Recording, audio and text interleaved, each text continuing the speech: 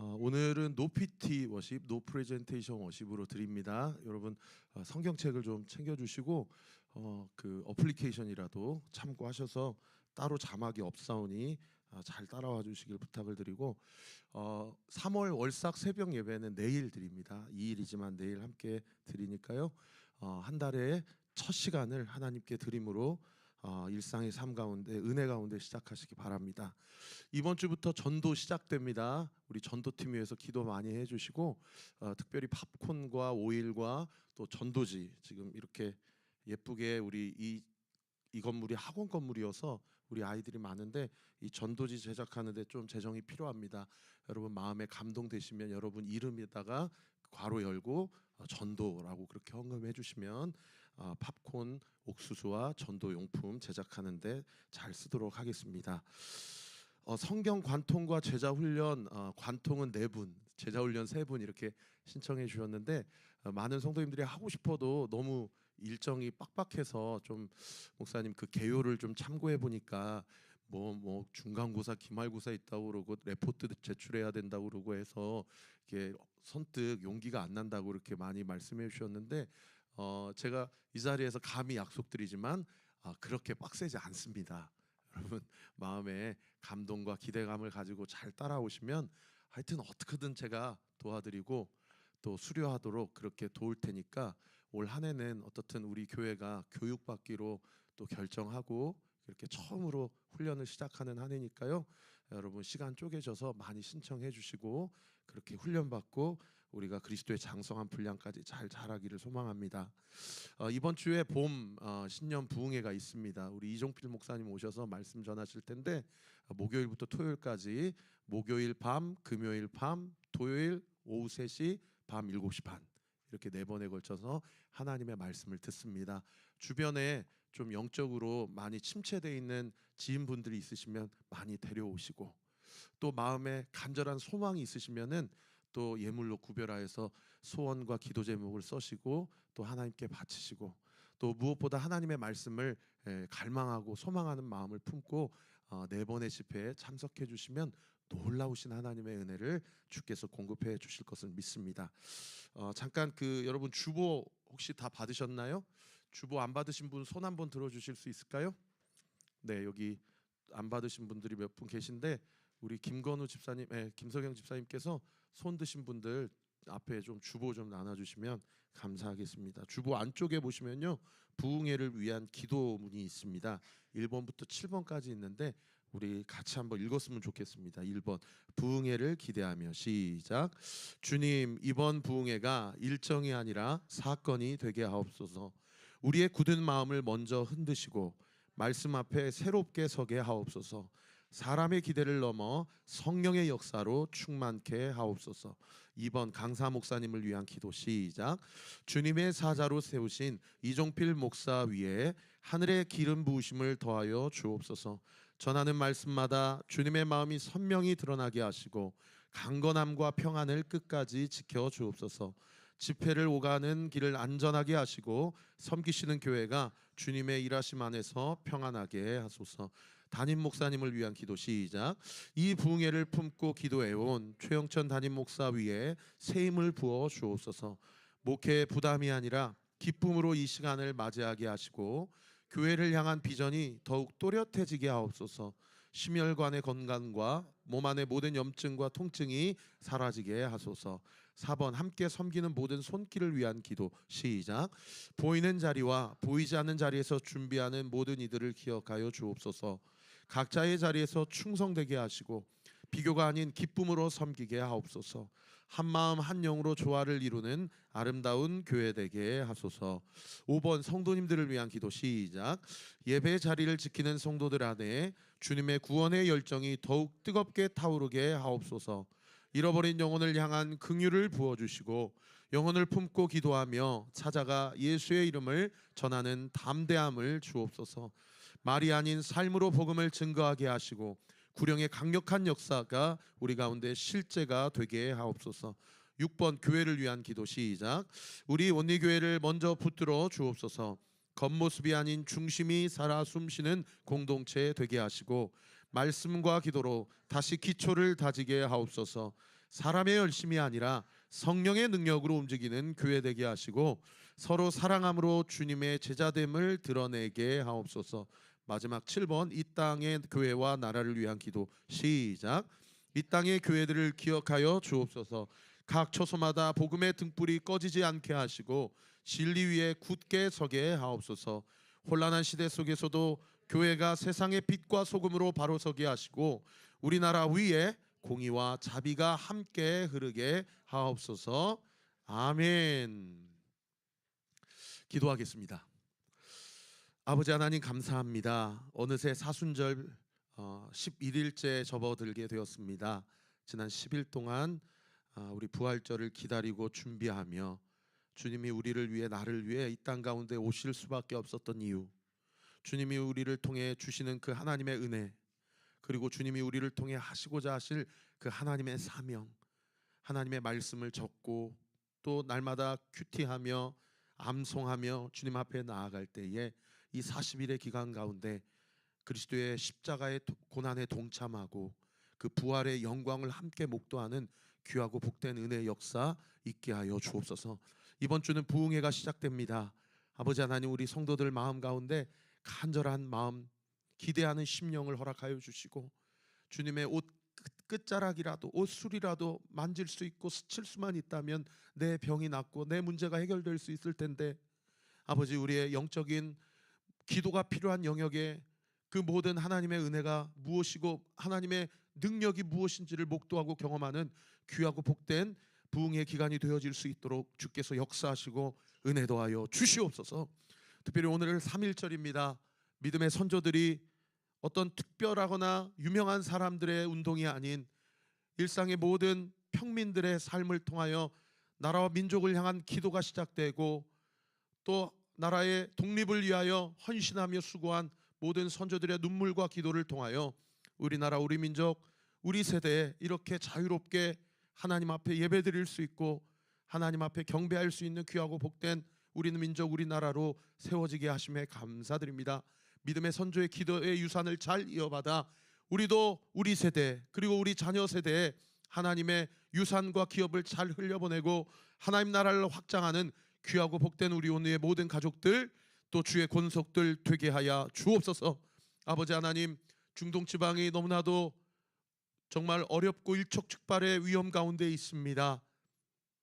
특별히 파견 받은 우리 모든 국군 장병들, 자이툰 부대, 청해 부대, 동명 부대, 그리고 아크 부대, 우리 모든 국군 장병들을 주님께서 지켜주시고 또 중동 지역에 사시는 모든 교민들의 생명과 안전을 지켜주시되 그 이란의 모든 핵무기의 모든 아버지 하나님 그 계획들이 다 수포로 돌아가게 하시고 미국과 이스라엘의 모든 지도자들이 하나님의 마음을 품고 아버지 이 땅의 평화를 위하여 기도하며 주님의 뜻을 묻고 행할 수 있도록 아버지 하나님, 이 모든 일촉즉발의 상황 가운데 주님께서 은혜 위에 은혜를 나려 주시옵소서. 오늘도 주님의 말씀을 선포할 때에 전하는 자의 입술과 이성과 지성과 의지와 감정을 성령께서 온전히 휘감아 주시고 말씀을 듣는 성도들의 마음을 부드럽게 하시고 들을 귀를 허락하여 주셔서 오늘 이 말씀을 통해 오직 예수 그리스도만 바라보며 주님 붙잡고 이 한 주도 승리하며 살아가는 우리 온리의 모든 가족들 되게 하여 주시옵소서. 믿고 감사드리며 살아계신 예수 그리스도의 이름으로 기도하옵나이다. 아멘. 성경책을 한번 펴보시면 오늘 본문 첫 구절 마가복음 9장 2절 같이 한번 읽어보겠습니다. 시작. 엿새 후에 예수께서 베드로와 야고보와 요한을 데리시고 따로 높은 산에 올라가셨더니 그들 앞에 변형되사. 여러분, 여기 엿새 후에 6일 후에는 어떤 사건 이후로 6일 후에 이런 오늘의 사건이 일어났다라는 것을 이야기하는 것일까요? 그것을 알려면 어제 큐티 본문에 대한 이해가 있어야 됩니다. 6일 전에 예수님께서 제자들을 가이사라 빌립보라는 지역에 데려가셔서 제자들에게 이렇게 물어보십니다. 야, 사람들이 나를 누구라고 그러냐? 어떤 제자가 엘리야라고 그럽니다. 아닙니다. 세례 요한이라고 합니다. 아닙니다. 여러 선지자 중에 한 사람이라고 그럽니다. 그러니 예수님이 또 제자들에게 이렇게 물어보셔요. 그럼 너희는 나를 누구라고 생각하느냐? 이때 수제자인 베드로가 예수님과 제자들 앞에서 이렇게 얘기하죠. 주는 그리스도시요 살아계신 하나님의 아들이십니다. 그 신앙 고백이 예수님의 마음을 너무 기쁘시게 했을 뿐만 아니라 예수님의 정체를 너무 선명하게 드러낸 한 문장이었어요. 그래서 이 예수님께서 베드로에게 뭐라고 얘기하십니까? 바요나 시모나. 바요나 시모나라는 얘기는 요한의 아들 시모나라는 뜻이거든요. 이것을 알게 하는 이는 너의 혈육의 아버지가 아니고 하늘에 계신 내 하나님 아버지시니라 라고 하며 칭찬해 주세요. 그러고 나서 마가복음 8장 31절에 비로소 처음으로 제자들에게 내가 왜 이 땅 가운데 오셨는지에 대해서 가르쳐 주십니다. 그게 이제 마가복음 8장 31절 말씀인데요. 우리 한번 같이 읽어볼까요? 시작. 인자가 많은 고난을 받고 장로들과 대제사장들과 서기관들에게 버림받아 죽임을 당하고 사흘 만에 살아나야 할 것을 비로소 그들에게 가르치셨다. 여러분, 제자들은 예수님 따라갔던 것이 솔직히 말씀드리면 다 한 자리씩 해먹고 싶어서, 예수님이 왕이 되시면 이제 나도 좀 팔자 좀 고쳐보려고 그렇게 예수님 따라갔는데, 예수님이 처음으로 내가 사실은 죽으려고 이 땅 가운데 왔어, 이런 청천벽력과 같은 이야기를 하신 거예요. 그랬더니 베드로가 충격을 받아가지고 방금 전까지는 신앙 고백했던 베드로가 예수님께 대해서 뭐라고 항변하고 예수님을 대항하냐면, 절대 이런 일이 예수님과 우리에게 일어나서는 아니 됩니다 하고 항변을 하니까 세상에 예수님이 베드로에게 뭐라고 얘기하셔요? 사탄아 뒤로 물러가라.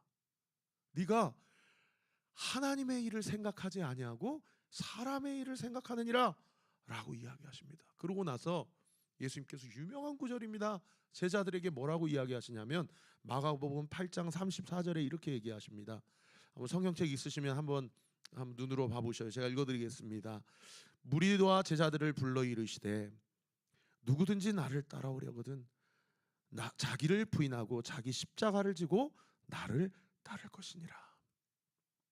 제자들의 기대와 예수님의 말씀이 얼마나 그 간극이 컸는지, 나를 따라오려거든 자기 자신들을 다 부인하고 자기 십자가를 지고 나를 따르라 라고 말씀하시는 것이죠. 그리고 어제 큐티 본문의 마지막 구절에 마가복음 9장 1절인데요. 우리 같이 한번 읽어볼까요? 시작. 또 그들에게 이르시되 내가 진실로 너희에게 이르노니 여기 서 있는 사람 중에는 죽기 전에 하나님의 나라가 권능으로 임하는 것을 볼 자도 있느니라 하시니라. 누구든지 나를 따라오려거든 자기를 부인하고 자기 십자가를 지고 나를 따라오라 라고 이야기하면서 내가 진실로 너희에게 이르노니 여기 있는 사람 중에는 죽기 전에 하나님 나라의 권능을 임하는 것을 볼 자도 있다 라고 이야기하고 어제 큐티 본문이 마쳤어요. 그리고 오늘 본문 2절에 엿새 후에 이렇게 말씀하세요. 그렇게 말씀하시고 6일 후에 실제로 죽기 전에 하나님의 능력과 권능이 이 땅 가운데 임하는 것을 본 세 사람의 이름이 오늘 본문 첫 구절 2절에 기록되어 있는데, 9장 2절에 보면 엿새 후에 예수께서 누구와 누구를 데리고 변화산으로 갔다고 말씀하십니까? 베드로와 야고보와 요한을 데리고 변화산에 가서 변형된 영광스러운 그 예수님의 현현을 보여주셨다. 그 주인공이 누구였어요? 베드로와 야고보와 요한이었다는 거죠. 여러분, 이 지점에서 우리가 한 가지 질문을 가질만 합니다. 왜 예수님은 베드로와 야고보와 요한을 특별히 더 이렇게 아끼시고 챙기시는가?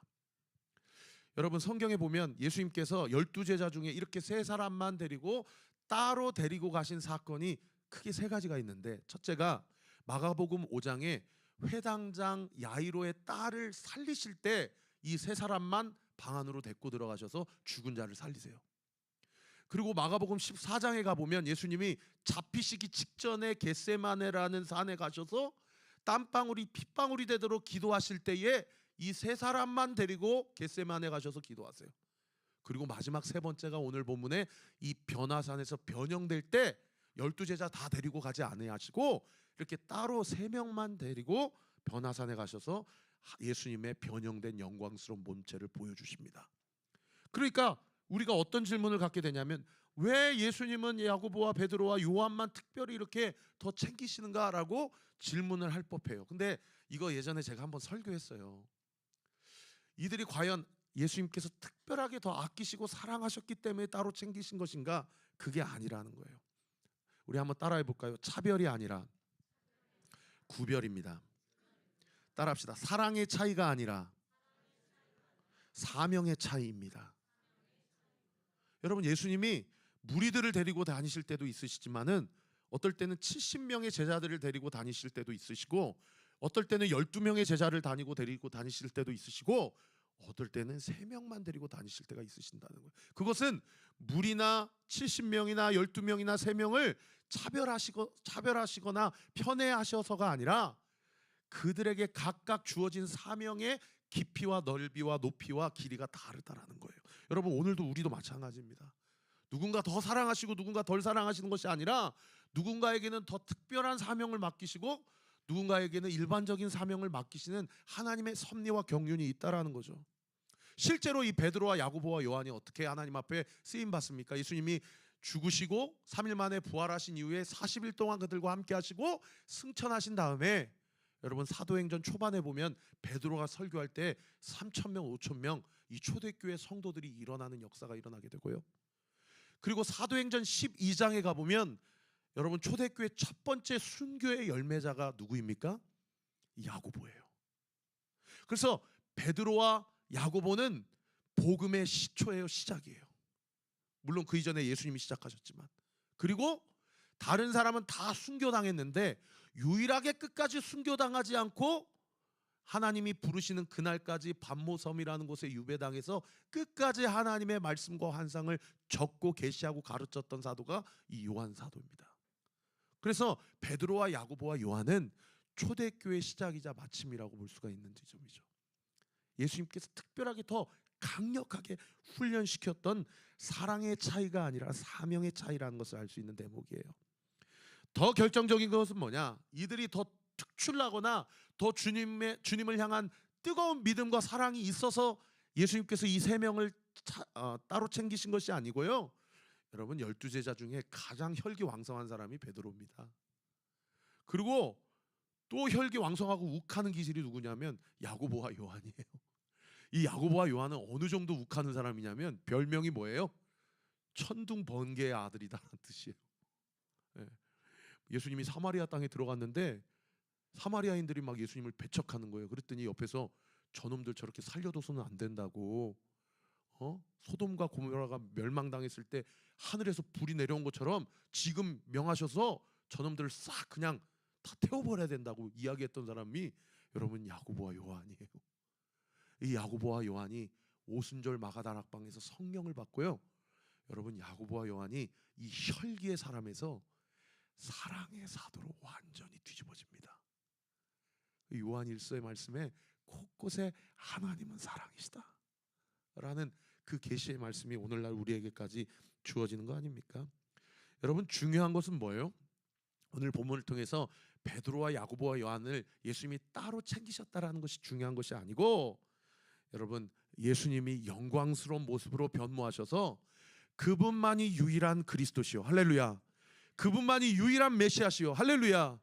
그분만이 유일한 하나님이시라는 것을 친히 베드로와 야고보와 요한뿐만 아니라 오늘 우리에게도 드러내시고 나타내셨다라는 거예요. 여러분, 자기 자신에게 한번 질문해 보세요. 나는 오직 예수만이 유일한 생명의 길이다라는 이 복음의 메시지가 이 편협하고 독선적이다고 느껴지는가? 아니면 우리에게 주님이 유일하게 부어주신 구원의 길이요 생명의 길임으로 인정되고 믿어지는가? 바라옵기는 오늘 이 말씀을 통해서 이게 독선적이고 배타적인 말씀이 아니라 우리를 살리시고자 하시는 그 예수 그리스도의 그 하나님의 모든 것을 내어주신 나를 향한 사랑의 프로포즈임이 인정되시는 은혜가 있게 되기를 예수님의 이름으로 축원합니다. 여러분, 예수님이 유일한 하나님이심을 드러내시기 위해서 오늘 본문에 2가지로 변형이 되시는데, 어떻게 첫 번째 변형되시냐? 오늘 보면 9장 3절 말씀 같이 한번 읽어볼까요? 시작. 그 옷이 광채가 나며 세상에서 빨래하는 자가 그렇게 희게 할 수 없을 만큼 매우 희어졌더라. 옷이 첫 번째로 변한 게 뭐냐면 광채가 나기 시작하는데, 이게 그 당시 표백제를 뭘 써도 그만큼 하얘질 수 없을 만큼 너무나도 영광스러운 광채가 그 옷에서 밝히 빛났다라고 오늘 마가의 기자가 이야기하고 있다라는 거예요. 여러분, 구약의 수많은 선지자들이 하나님은 그 자체로 발광체시다, 하나님은 빛이시다, 하나님은 그 존재 자체로 빛이 밝게 비춰주시는 분이시다 라는 것을 수많은 선지자가 예언을 했는데, 그 중에 대표적인 선지자가 다니엘이라는 선지자입니다. 이 다니엘이라는 사람이 환상을 보게 되는데 환상 속에서 하나님을 만나게 돼요. 그러면서 기록한 본문이 다니엘서 7장인데 그때 하나님을 보고 하나님에 대해서 묘사를 하는 기록이 다니엘서 7장 9절에 기록이 되어 있습니다. 뭐 성경 한번 다니엘서 펴보셔요. 이사야서, 예레미야서, 예레미야 아가서, 에스겔서, 그 다음 다니엘서입니다. 제가 가지고 있는 성경으로 1245페이지예요. 다니엘서 7장 9절 말씀, 환상을 볼 때 하나님을 본 다니엘이 하나님에 대해서 이렇게 묘사하고 있는데요. 다니엘서 7장 9절의 말씀 같이 한번 읽겠습니다. 시작. 내가 보니 왕자가 놓이고 옛적부터 항상 계신 이가 좌정하셨는데 그의 옷은 희기가 눈 같고 그의 머리털은 깨끗한 양의 털 같고 그의 보좌는 불꽃이요 그의 바퀴는 타오르는 불이며. 다니엘이 하나님을 봤는데 하나님에 대해서 뭐라고 묘사하냐면 그는 옛적부터 항상 계시는 이십니다. 그런데 그의 옷이 희기가 눈같이 희다. 중동 지방에 살았던 다니엘이 눈을 본 적이 있었을까요? 모르겠어요. 그 만년설, 해발 수천 미터 위에 있는 그 만년설을 보고 마치 저 하얀 빛이 하나님이 입으셨던 옷에서 발하는 그 광채 같았어, 그렇게 기록해 놓았는지 모르겠어요. 그리고 오늘 본문 9장 3절에 보면 그 희기가 어느 정도 희었냐, 빨래하는 자가 그렇게 희게할 수 없을 만큼 매우 희었다라고 묘사하고 있습니다. 여러분, 빨래하는 자가 그렇게 희게할 수 없을 만큼 하얗다라는 이 묘사는 어떤 의미냐면 이거 사람의 노력이나 수고로 만들어낼 수 없는 하얀색이었습니다라는 고백이에요. 무슨 얘기냐? 하나님은 그만큼 인간의 어떠함과 비교할 수 없고 범접할 수 없는 온전히 거룩하시고 완벽하신 존재셨다라는 것을 이렇게 문학적으로 빨래하는 자가 희게할 수 없을 만큼 희어졌더라라고 그렇게 표현하고 있다라는 거죠. 여러분, 그렇게 예수님이 갑자기 하얀 옷으로 빨래하는 자가 희게할 수 없을 만큼 하얘지신 분은 그 예수님을 보고 그 베드로와 야고보와 요한 마음에 어떤 마음이 들었겠어요? 순간 두려운 마음이 들었을 거예요. 한 번도 보지 못한 빛이에요. 한 번도 인간으로서는 구현할 수 없는 그 어떤 완벽한 그 being이에요. 존재 자체 그 자체인 것이죠. 그 마음 가운데 놀라운 그 경외하심과 그 두려움과 떨림이 그들 마음 가운데 있었을 거예요. 그런가 하면 두 번째로 어떻게 변하셨냐? 오늘 본문 9장 4절로 다시 한번 가보세요. 마가복음 9장 4절, 제가 가지고 있는 성경 68페이지입니다. 9장 4절 같이 한번 읽어보겠습니다. 시작. 이에 엘리야가 모세와 함께 그들에게 나타나 예수와 더불어 말하거늘. 변형된 모습 두 가지가 나타났는데 첫째는 너무나도 하얀 광채가 나타났는가 하면 두 번째로는 좌우로 한 사람씩 서 있는데 한 분은 모세요, 한 분은 엘리야라는 것을 직감한 거예요. 여러분, 저 보세요. 여러분, 모세는 누굽니까? 모세는 무엇의 대표죠? 모세는 무엇을 상징하는 사람이죠? 율법을 상징하는 사람이에요. 율법의 대표자로서 모세가 예수님 옆에 서 있는 겁니다. 여러분, 율법의 기능은 무엇입니까? 율법은 죄가 죄임을 드러내는 것이 율법의 기능이죠. 그리고 옆에 또 엘리야가 서 있어요. 여러분, 엘리야는 무엇의 대표자입니까? 선지자의 대표자예요. 여러분, 선지자의 기능은 무엇입니까? 하나님의 말씀을 대언하고 선포하며 경고하는 것이 선지자의 본분이잖아요. 그러니까 선지자의 기능은 뭐예요? 하나님의 심판을 드러내는 것이 그의 기능이에요. 여러분, 이쪽에는 율법의 대표자인 모세가 있고 이쪽에는 선지자의 대표자인 엘리야가 예수님 양 옆으로 그렇게 서 있다라는 거예요. 여러분, 이 모세는요, 출애굽기 20장에 가보면 하나님께 말씀을 받는데 하나님께 말씀을 받은 장소가 어딘 줄 아세요? 하나님의 산이라고 일컫는 신의 산 호렙산입니다. 거기서 하나님의 말씀을 직접 받습니다. 모세가. 그때 모세의 얼굴이 하얗게 휘어지고요. 그리고 그 신의 산 호렙산에는 하나님의 영광과 임재를 상징하는 구름이 사람들이 보지 못하도록 오직 모세만 하나님을 볼 수 있도록 구름이 그 신의 산을 완전히 들이웁니다. 여러분 열왕기상 19장에도 마찬가지예요. 지금 제가 모세와 엘리야의 공통점을 얘기하고 있습니다. 엘리야도 어디에서 하나님의 음성을 듣습니까? 신의 산 호렙산에서 하나님의 음성을 들어요. 그때 상황이 어떤 상황이에요? 850대 1로 이 바알과 아세라 선지자들과 이 맞짱을 떴다가 이겼어요. 그런데 이세벨이라는 이 악녀가 내가 널 죽여버리겠다라는 그 말 한마디, 협박 한마디에 완전히 실족해가지고 어디로 도망가요? 이 신의 산 호렙산으로 가요. 거기에 완전히 영적으로 무기력해져 있는 이 엘리야를 향하여 하나님의 음성이 들립니다. 여러분 모세도 신의 산에서 하나님의 말씀을 받았고 엘리야도 신의 산에서 하나님의 음성을 들어요. 모세도 하나님의 임재를 상징하는 구름이 빽빽히 드리워진 그곳에서 하나님의 영광을 보고요. 엘리야도 3년 6개월 동안 이스라엘에 비가 안 와서 가뭄인 상황에 손바닥만한 작은 구름을 통해서 가뭄이 그치고 비가 내리는 것을 선포한 선지자가 바로 이 엘리야죠. 지금 그 모세가 엘리야가 신의 산에서 하나님을 뵙고 주님과 대화하는 것처럼 변화산 영적 신의 산에서 모세와 엘리야가 자기가 만났던 하나님을 예수님과 함께 대면하고 대화하고 있는 모습이 오늘 본문의 내용이죠. 여러분 이 사건 자체가 율법은 죄를 드러낼 수밖에 없는 기능이고 선지자는 하나님의 경고를 나타낼 수밖에 없는 기능을 갖고 있는 한계를 지니고 있지만 예수 그리스도는 죄를 이기는 권세를 갖고 계시고 예수 그리스도는 하나님의 심판을 면제받을 수 있는 놀라운 하나님의 은혜와 능력을 구현하실 수 있는 유일한 길임을 오늘 본문이 예수 그리스도가 누구인지를 너무 선명하게 드러내고 있는 본문 아닙니까? 이쯤에서 우리에게 한 가지 질문이 들어요. 그러면 이 예수님과 모세와 엘리야는 도대체 어떤 말을 서로 주고받고 나누고 계셨는가? 애석하게도 오늘 본문인 마가복음 본문에는 어떤 이야기를 하고 있다라고 기록되어 있지 않는데 감사한 거는 병행 본문인 누가복음 9장에는 이 세 분이서 어떤 이야기를 하고 계셨는지를 명확하게 기록하고 있어요. 그게 누가복음 9장 31절 말씀인데요. 한번 찾아봅시다. 누가복음 9장 31절. 마가복음 다음 성경이 누가복음이죠. 제가 가지고 있는 성경으로 107페이지입니다. 누가복음 9장 31절에 이 세 분이 무엇에 대해서 서로 이야기를 나누고 계셨는가? 우리 31절 말씀 같이 한번 읽겠습니다. 시작. 영광 중에 나타나서 장차 예수께서 예루살렘에서 예수님께서 어디에서?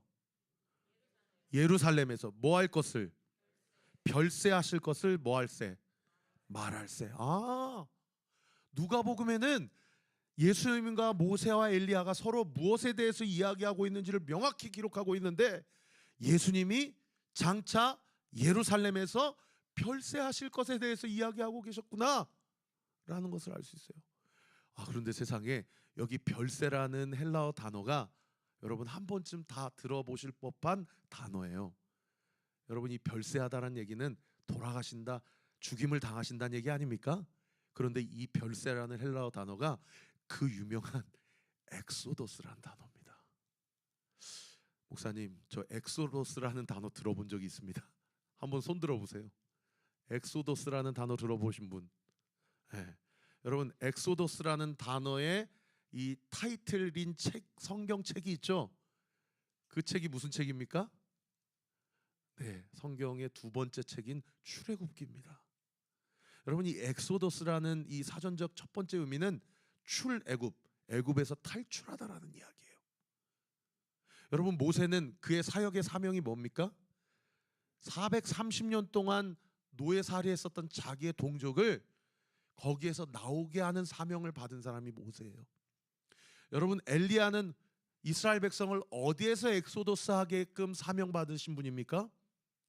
바알과 아세라 우상 문화에서 850대 1로 싸움으로 말미암아 이스라엘 백성을 바알 신앙에서 엑소도스 할 수 있도록 부름 받은 사람이 엘리야예요. 여러분, 예수님은 누구십니까? 예수님은 인류가 자기 힘으로 해결할 수 없는 이 죄의 문제를 해결하시도록 이 땅 가운데 오셔서 십자가를 지신 분이 바로 하나님, 또 하나님의 아들 예수 그리스도 한 분이시라는 겁니다. 할렐루야. 여러분, 오늘 본문이 우리에게 첫 번째 이야기하고 있는 영적 메시지가 뭐냐?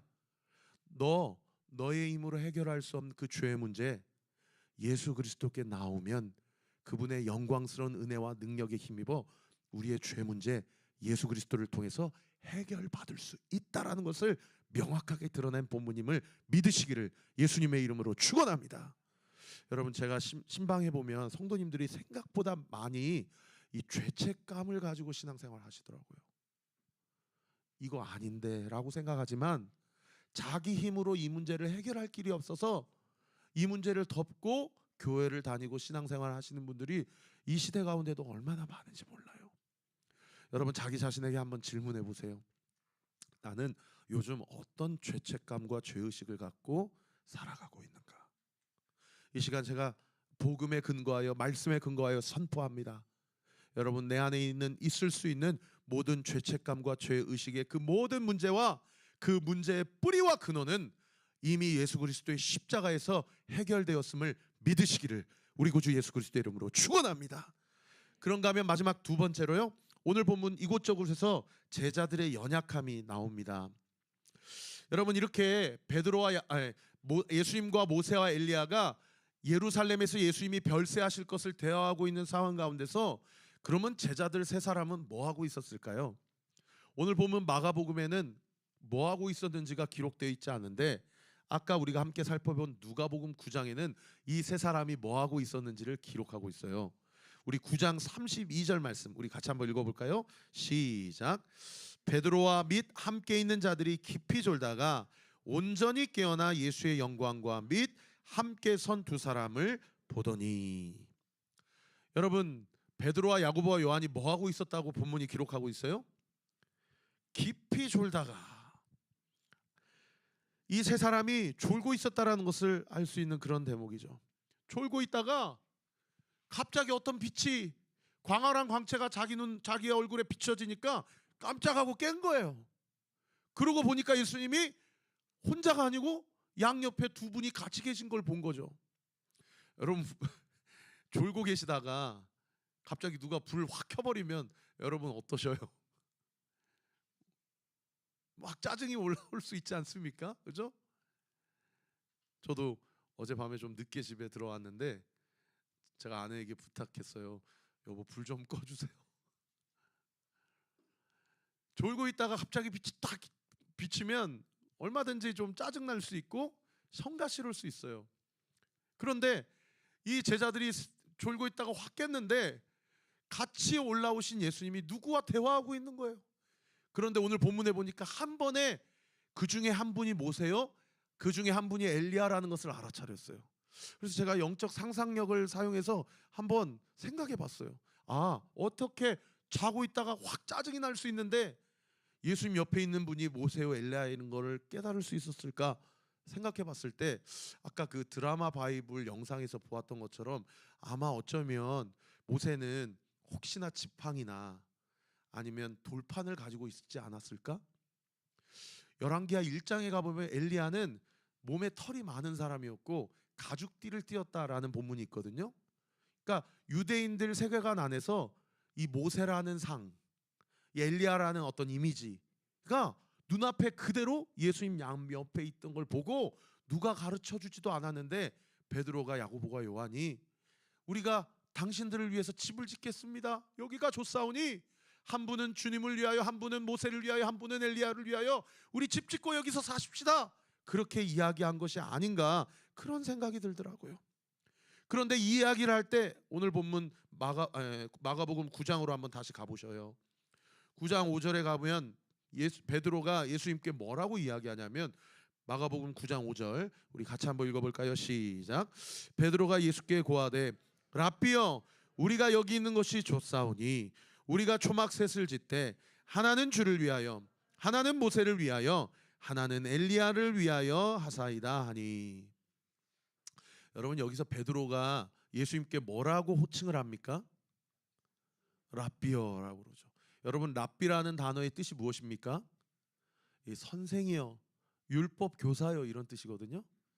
아니, 6일 전에 베드로야, 네가 복이 있다. 그거 알게 한 사람은 네 아버지가 아니라 하늘에 계신 하늘아버지다 라고 하면서 칭찬할 때 베드로는 예수님에 대해서 뭐라고 고백했어요? 주는 그리스도시요 살아계신 하나님의 아들이십니다라고 고백했는데, 6일이 지나고 갑자기 졸다가 빛이 확 비치니까 봤는데 모세랑 엘리야랑 주님이 같이 있는 거 보고 깜짝 놀라서 베드로가 예수님에 대해서 뭐라고 호칭합니까? 랍비요, 선생님이요 라고 이야기하는 거예요. 여러분, 이 그리스도라는 직분의 타이틀과 랍비라는 직분의 타이틀의 이 갭은요, 그야말로 하늘과 땅 차이입니다. 그러니까 무슨 얘기예요? 베드로와 야고보와 요한뿐만 아니라 오늘날 우리도 어제 성령 충만해도 오늘 얼마든지 또 넘어지고 연약하고 또 믿음 없는 고백으로 그렇게 하나님 앞에 나아갈 수 있다라는 것을 알 수 있어요. 베드로는 예수님께 랍비여라고만 고백하지 않고 더 나아가서 뭐라고 고백하냐면 여기가 좋습니다. 우리 여기 머뭅시다. 이렇게 고백하는 걸 알 수 있어요. 여러분, 이 제자들의 연약함이 무엇입니까? 첫째, 영적으로 졸음 상태였다는 거예요. 두 번째, 예수님에 대해서 과거에 신앙 고백했음에도 불구하고 오늘은 다른 사람들이 고백하는 똑같은 고백으로 그렇게 살아가고 있다는 거예요. 또 어떤 연약함이 있어요? 지금 이 상태에 머물고 싶어하는 연약함이 있어요. 그리고 심지어 6절 본문에 보십시오. 6절 말씀 같이 한번 읽겠습니다. 시작.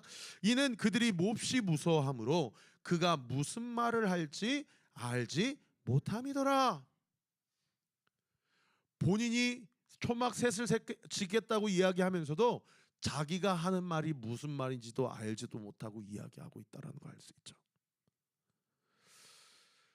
뿐만 아니라 오늘 본문 7절 말씀을 보면 이 세 명의 제자들은 하나님의 육성을 듣습니다. 7절 우리 같이 읽어볼까요? 시작. 마침 구름이 와서 그들을 덮으며 구름 속에서 소리가 나되 이는 내 사랑하는 아들이니 너희는 그의 말을 들으라 하는지라. 어저께 한 성도님이 저한테 그런 질문을 하시더라고요. 목사님, 지금까지 사시면서 하나님의 육성을 들어본 적이 있으신가요? 그래서 제가 그렇게 말씀드렸어요. 저 하나님의 육성 들어본 적 없어요. 하나님의 육성을 들어본 적은 없지만 하나님의 음성은 날마다 듣습니다. 저는 이러한 은혜가 우리 사랑하는 성도님들 한 분 한 분에게도 날마다 주어지기를 예수님의 이름으로 축복합니다. 이 세 사람은 하나님의 육성을 들었다니까요. 그런데 하나님의 음성을 들어도 하나님의 음성의 뜻이 무엇인지 알지 못하고 자기가 하는 말도 무슨 말인지 알지 못해요. 그게 오늘 보면 9절부터 10절까지 기록되어 있지 않습니까? 9절에 보십시오. 그들이 산에서 내려와 예수께서 경고하시되 인자가 죽은 자 가운데서 살아날 때까지는 본 것을 아무에게도 이르지 말라 하시니 10절 보세요. 그들이 이 말씀을 마음에 두며 서로 문의하되 죽은 자 가운데서 살아나는 것이 무엇일까? 자기가 하는 말도 무슨 말인지 알지 못하거니와 하늘 아버지의 육성도 듣고 성자 예수님의 말씀도 듣지만 그 말이 무슨 뜻인지 알지 못해요. 제자들의 연약함을 정리해 보겠습니다. 첫 번째, 영적으로 졸고 있는 상태예요. 두 번째, 지금 상황에 머물고 싶어하고, 더 나아가 어제는 정확한 신앙 고백을 했다 하더라도, 성경 충만했다 하더라도 오늘은 또 어제와 무색하게 얼마든지 하나님과 관계없이 그냥 무리들이 고백한 대로 그렇게 고백하며 신앙생활하는 사람들이에요. 마지막 세 번째, 자기가 무슨 말을 하는지도 모르고 주님이 말씀하셔도 그 뜻이 무슨 뜻인지 알지 못하는 상태가 오늘 이 제자들의 세 가지 연약함의 종합적인 정리라고 볼 수 있죠. 제가 설교를 준비하면서 이 세 가지 제자들의 연약함, 본문이 나타나는 그들의 연약함을 볼 때에 이런 생각이 성령께서 주시는 생각이라고 생각되는데, 내 상태가 그럴 수 있겠구나라는 마음에 동의가 일어나더라고요. 열심히 최선을 다해 지난 한 주도 성도들 신방하고 병원 가고 성도들하고 리더들하고 만나고 그렇게 내 열심으로 이렇게 목회하지만 어쩌면 내 인생에서 가장 중요한 것은 죄송합니다. 성도님들과의 관계가 아니라 예수님과 나와의 관계인데 내가 영적으로 졸고 있는 상황은 아닌가. 그런 마음에 찔림이 오더라고요. 여러분 요즘에 누구하고의 관계를 가장 많이 신경을 쓰십니까? 저는 여러분이 예수님과의 관계에 가장 많은 시간과 가장 많은 신경을 쓰시는 은혜가 있게 되기를 예수님의 이름으로 축복합니다. 그렇지 않으면 우리도 오늘 본문의 제자들처럼 영적으로 졸고 있는 상태일 수 있다요. 그리고 예수님에 대해서 랍비라고 고백한, 그리고 자기가 하는 말이 무슨 말인지도 모르고 말씀을 읽어도 그것이 무슨 뜻인지도 모르고 그렇게 하루하루를 살아가는 신앙인이 어쩌면 오늘을 살아가는 나의 이야기, 우리의 이야기는 아니냐 이 말이에요.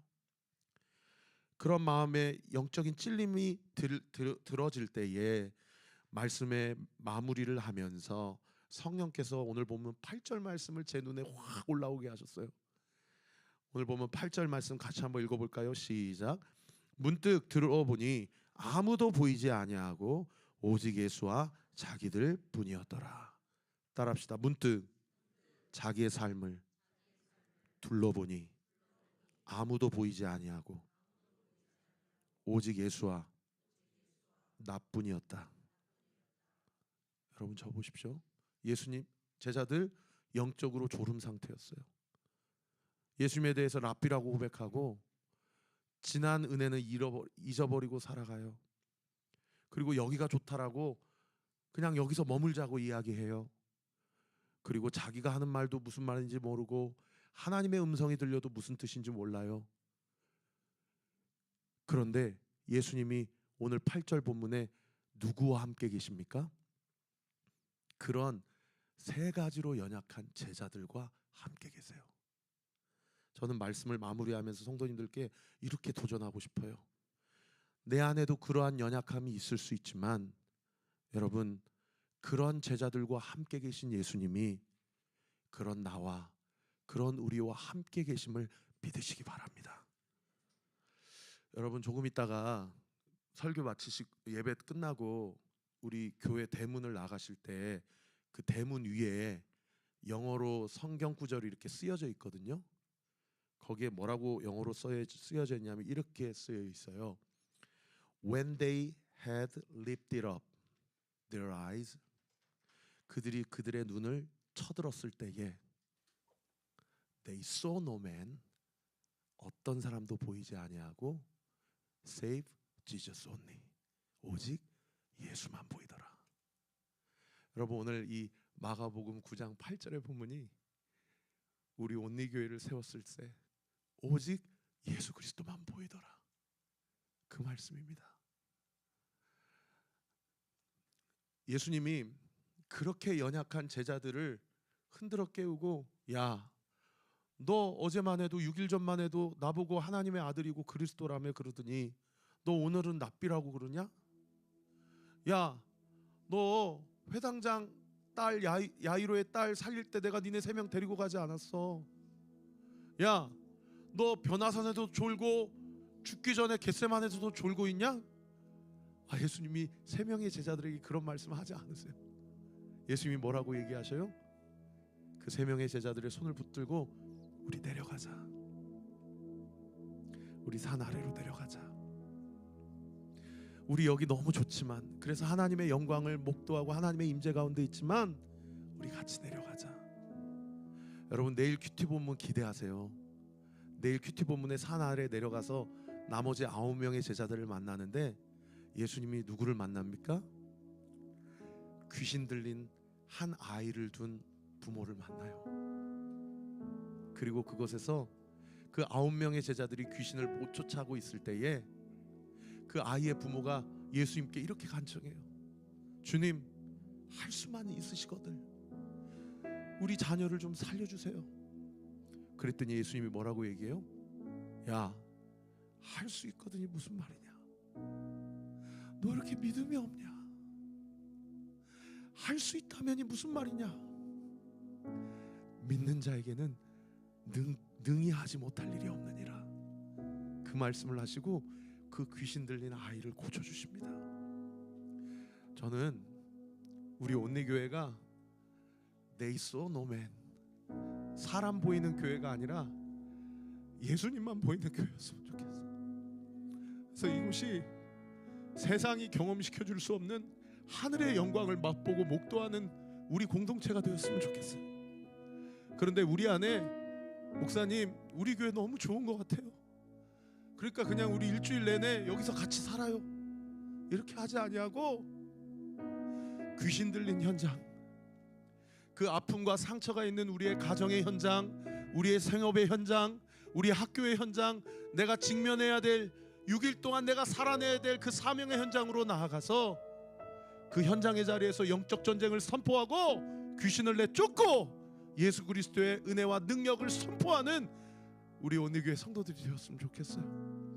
여러분, 그러기 위해서는 우리 온리교회 안에 하나님의 영광이 나타나야 될 줄 믿습니다. 목사님, 저 연약해요. 저 영적으로 졸고 있는 것 같아요. 전 늘 넘어져요.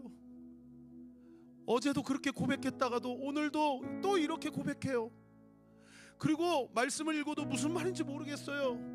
괜찮아요. 한 가지만 하면 됩니다. 뭐만 하면 돼요? 예수님과 함께 있으면 돼요. 예수님 옆에 붙어 있었던 베드로와 야고보와 요한은 예수님 승천하시고 예수님의 사명을 담당하게 감당하고 순교하고 주님이 사시는 그날까지 분명하게 예수의 피 묻은 복음을 선포하며 그 복음이 2000년이 지난 오늘날 우리에게까지 주어졌듯이 우리가 그 삶을, 그 사명을 감당할 때에 우리를 통해서 귀신이 떠나가고 하나님의 역사가 드러나며 구원받는 수많은 허다한 무리가 우리 교회를 통해서 이 지역과 이 나라 가운데 온전히 확장되는 놀라운 역사가 있게 될 줄 믿으시기를 우리 구주 예수 그리스도 이름으로 축원합니다. 우리 시선이라는 찬양 주님 바라보며 우리 함께 찬양하고 기도하십시다. 내게로부터 눈을 들어 주를 보기 시작할 때 주의 일을 보겠네. 내 작은 마음 돌이키사 하늘에 꿈꾸게 하네. 주님을 볼 때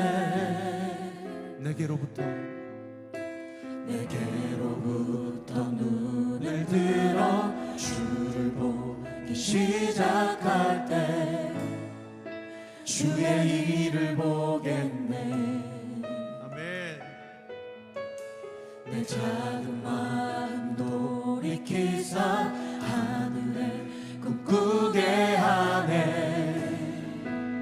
주님을 볼 때 모든 시선을 주님께 드리고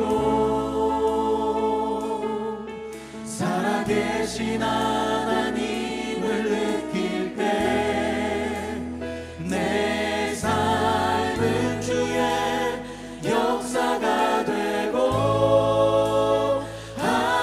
하나님이 일하기 시작하네.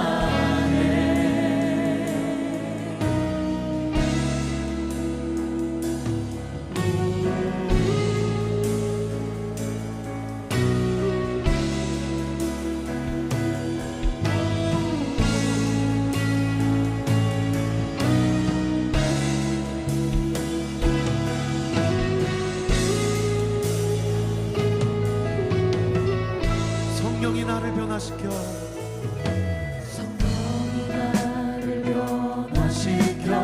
모든 두려움 사라질 때 주의 일을 보겠네.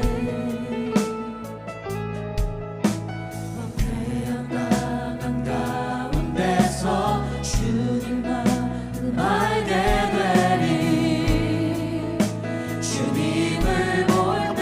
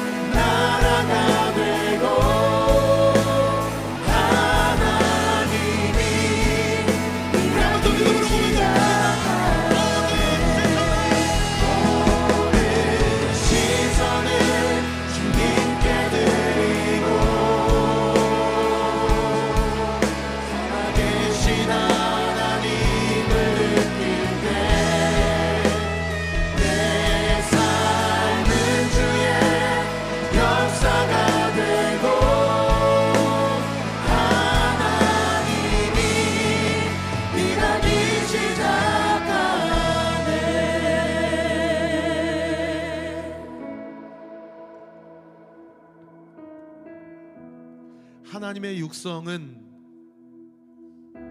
들어본 적이 없다고 이야기할 수 있습니다. 그러나 하나님의 음성은 지금도 들리고 있습니다. 하나님은 말씀을 창조하신 분이시고 하나님은 말씀하시기를 좋아하시는 분이십니다. 주님은 주님의 뜻을 우리에게 가르치고 싶으신 분이시고 주님의 마음을 우리에게 나누기를 원하시는 분이십니다. 우리 주님은 특별한 경우가 아니고서는 침묵하지 않으십니다. 오늘도 이 설교를 통해 이 예배를 통해 하나님은 우리에게 말씀하십니다. 너의 모든 시선을 나에게 바쳐라. 나는 너와 함께하고 있다. 졸고 있을 수 있습니다. 머물고 싶어 할 수 있습니다. 무슨 말인지 깨닫지 못할 수 있습니다. 그러나 주님과 함께 있기를 주님 앞에 간구합시다. 주님과 함께 있고 싶습니다. 연약한 대로 주님과 함께 있고 싶고 부족한 대로 우리의 모든 시선을 주님께 맞추고 싶습니다. 지금 나에게 주어진 나의 삶 가운데 내가 무엇을 어떻게 해야 될지 나는 알 수 없으나 주님 말씀하여 주십시오. 주님 깨닫게 해주십시오. 이번 부흥회를 통하여 주님의 마음을 알기를 원합니다. 이 시대를 향한 주님의 마음을 알기를 원합니다. 나와 내 가정을 향한 우리 교회를 향한 주님의 뜻이 드러나기를 원합니다. 그래서 우리의 마음이 성령으로 충만함을 받아 베드로도 그랬고 야고보도 그랬고 요한도 그랬지만 그렇게 혈기 충만했지만 주님이 그들을 통해 하나님의 사명을 이루시는 자로 그들을 세우셨던 것처럼 주님이 오늘도 온리교회를 통하여 우리 성도들을 통하여 하나님의 역사와 하나님의 나라를 이루실 것을 믿습니다. 주님 말씀하여 주시옵소서. 주님 우리와 함께하여 주시옵소서. 주님 우리를 통하여 일하여 주시옵소서. 우리 주여 세 번 부르짖고 기도합시다. 주여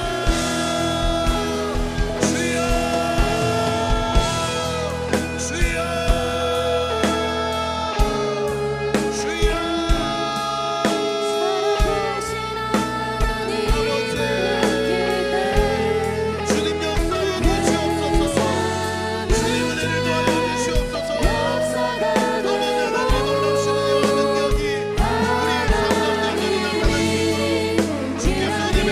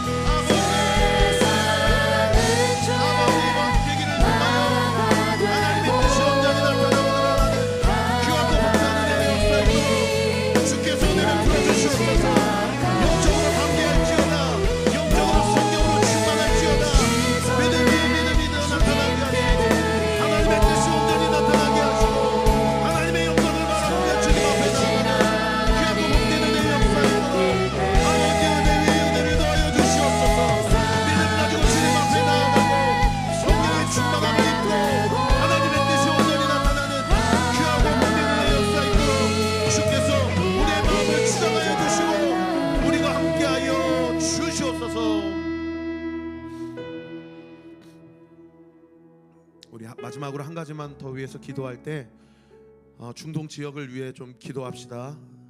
아버지 하나님, 이슬람 문화로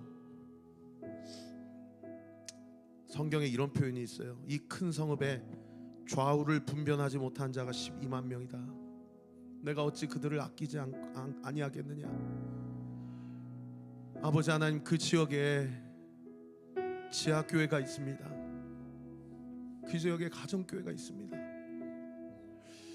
아버지 하나님, 더 이상 확전되지 않게 하여 주시고, 아버지 하나님, 놀라우신 하나님의 평화와 평안이 그 땅 가운데, 그리고 이 한반도 땅 가운데도 온전히 임하게 하여 주옵소서.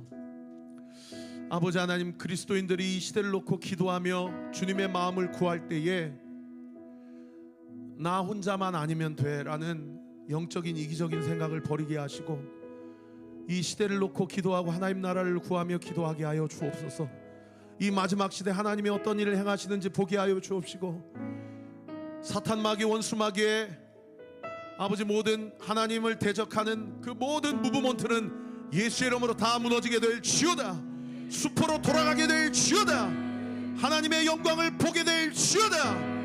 특별히 잠자고 있는 성도들이 아버지 하나님 깨어 기도하며 영적으로 분별하며 무장하게 하여 주시고, 아버지 가정을 위해 기도하고, 한국 교회를 위해 기도하고, 선교사님들을 위해 기도하고, 열방 곳곳에 하나님의 피 묻은 세워진 그 교회를 위해 기도할 때에 그리스도인들이 책임과 역할을 다하게 하여 주옵시고, 하나님의 영광을 목도하며 담대하게 야고보가 순교의 열매를 맺었던 것처럼 아버지 하나님, 누구든지 나를 따라오려거든 자기를 부인하고 자기에게 주어진 십자가를 지고 나를 따르리라 하신 그 말씀 붙들고, 우리가 전 그 현장에서 하나님 나라를 바라보며 주님께 영적인 시선을 두고 온전히 나라 민족과 시대를 위해 기도하는 그리스도인들이 되게 하여 주시옵소서.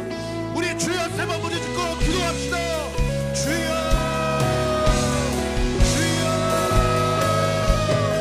주여.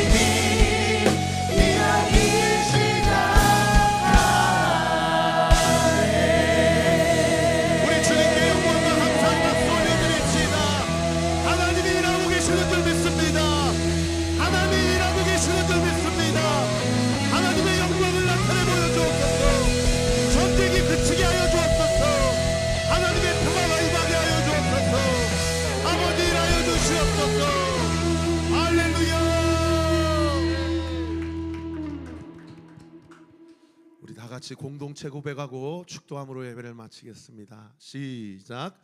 주님은 빛이십니다. 저희도 어두운 세상에 빛이 되게 하소서. 사회와 교회의 한 줄기 빛을 비추는 공동체 되게 하소서. 주여 나의 마음과 몸을 주님께 드립니다.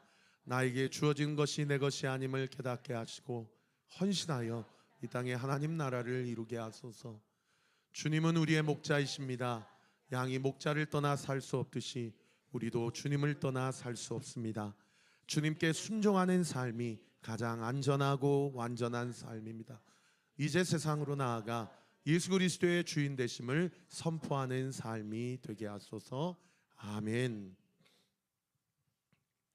이제는 우리 구주 예수 그리스도의 은혜와 하나님의 사랑과 성령 하나님의 위로교통 충만하심이 영적으로 졸고 있는 상태인다 하더라도, 머물고 싶고 무슨 말인지 깨닫지 못하는 상황 가운데 있다 하더라도 예수 그리스도만 보이면 그 인생은 충분한 인생이요, 예수 외에 다른 것은 보이지 않는 인생이라면 그 인생은 복된 인생이라는 오늘 이 말씀을 붙들고 이번 한 주 살아갈 때에, 특별히 새 학기를 시작하는 우리 사랑하는 온리 유스, 온리 틴즈, 온리 키즈 우리 자녀들, 이번 학기 동안 하나님이 공급하시는 지혜와 성령의 은혜와 능력에 힘입어 마땅히 준비되고 훈련받아야 될 부분들에 성실하게 훈련받고, 또 이번 한 주간 각자의 삶의 현장에서 하나님이 내게 주신 그 사역과 사명과 내가 져야 될 그 십자가를 넉넉하고 기쁨으로 감당하며 하나님의 뜻을 온전히 이루기로 결단하는 우리 사랑하는 온리교회 모든 성도들 머리 위에, 이들의 가정 위에, 이들의 인생과 우리 온리교회 위에, 그리고 중동 지역에 세워져 있는 하나님의 교회와 선교사님들과 우리 국군 장병 모든 예하부대 성도들 한 사람 한 사람 머리 위에 지금로부터 영원토록 함께 하시기를 간절히 축원하옵나이다. 아멘.